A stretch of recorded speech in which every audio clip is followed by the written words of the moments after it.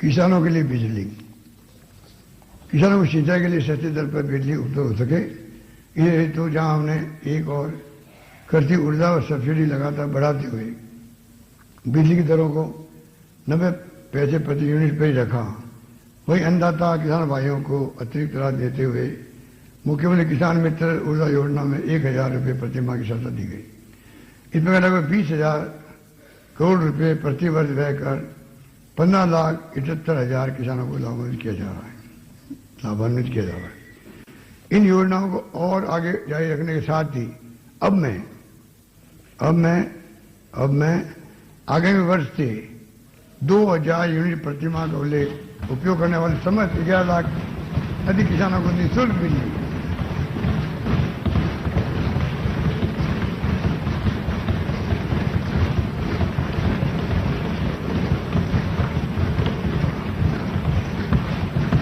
में 2,000 यूनिट प्रति माह तक उपयोग करने वाले समस्त 11 लाख से अधिक किसानों को निःशुल्क बिजली उपलब्ध कराने की घोषणा करता हूं।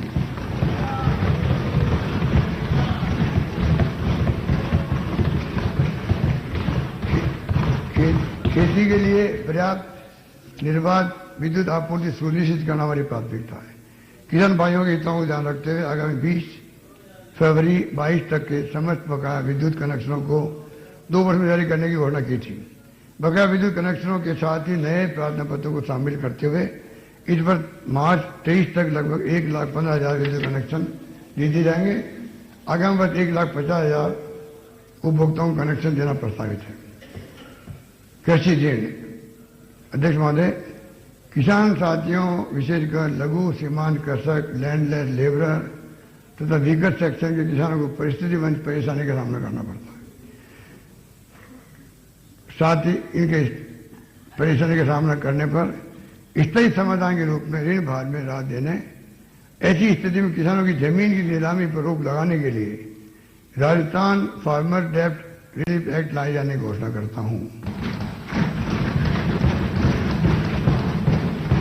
इसके अंतर्गत रिटायर्ड हाईकोर्ट जज को डेब्ट रिलीफ कमीशन का अध्यक्ष नियुक्त किया जाना प्रस्तावित है।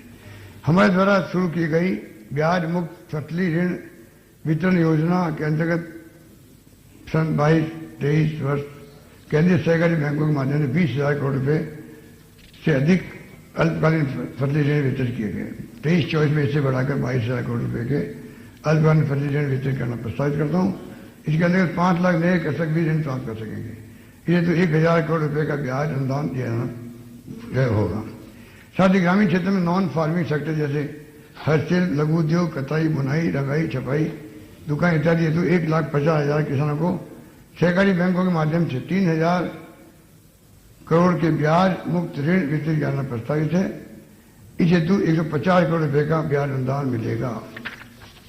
प्रदेश के सहकारी बैंकों द्वारा वित्तीय वर्ष 13-14 में वितरित होने वाले दीर्घकालीन कृषि सहकारी ऋणों के साथ ही आगामी वर्ष अपने खेत पर आवास बनाने वाले, घर बनाने वाले, मकान बनाने वाले कृषकों को भी आवास ऋण के लिए राज्य सरकार द्वारा प्रतिवर्ष 5% का ब्याज अनुदान देना प्रस्तावित करता हूं। इस पर 50 करोड़ रुपये खर्च होंगे।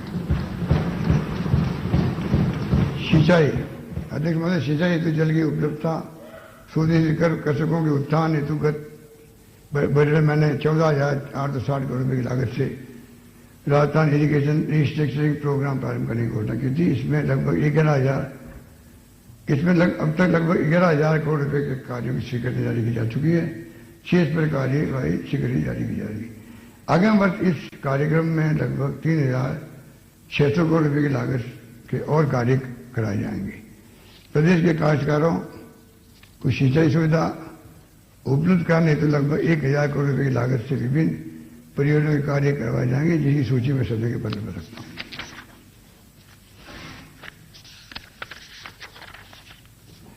नर्मदा परियोजना की मुख्य नहर वितरकों, माइनरों एवं डिग्गियों के जीर्णोद्धार कार्य हेतु 75 करोड़ रुपए की लागत से काम कराए जाएंगे। बाई बंद विशेष परियोजना के कमान क्षेत्र में 550 करोड़ की लागत से खालों को पक्का करने के कार्य कराए जाएंगे।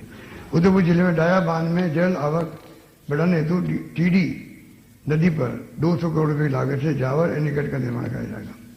बाड़ा जिले में पार्वती मुखी नहर के सुदृढ़ीकरण के कार्य 250 करोड़ रुपए की लागत से कराए जाएंगे।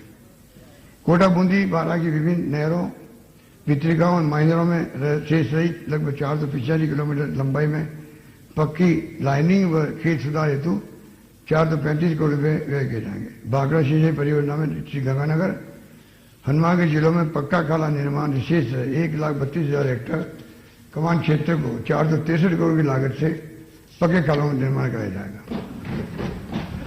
बूंदी जिले में मेज नदी पर लाखेड़ी के पास गांव उत्तराना, माल की झोपड़ियां, चुमावली, बुढ़ेल एवं अन्य गांव, कोटा जिले में बिजलिया, बारा जिले में गांव केथुड़ी, मोहम्मदपुर इत्यादि तथा झालावाड़ जिले में गुगुआ में 82 करोड़ की लागत से माइक्रो लिफ्ट सिंचाई परियोजना के कार्य लिए जाएंगे। राजस्थान फीडर के पंजाब क्षेत्र में 34 किलोमीटर लंबाई में रीलाइनिंग तथा राजस्थान फीडर व सरहिंद फीडर के जीर्णोद्वार अपग्रेडिंग कार्य 500 करोड़ की लागत से कराए जाएंगे। माई नदी को लूनी नदी से जोड़ने के साथ ही माई बांध व नर्मदा नहर की संयुक्त परियोजना का सर्वे कराकर पश्चिमी राजस्थान केनाल परियोजना की डीपीआर बनाई जाएगी। इंदिरा गांधी नहर परियोजना में लगभग 1,450 करोड़ रुपए की लागत से जीर्णोद्धार एवं सिंचाई संबंधी अन्य कार्य कराया जाना प्रस्तावित करता हूं, जिनका विवरण में सदन के पटल पर रख रहा हूं।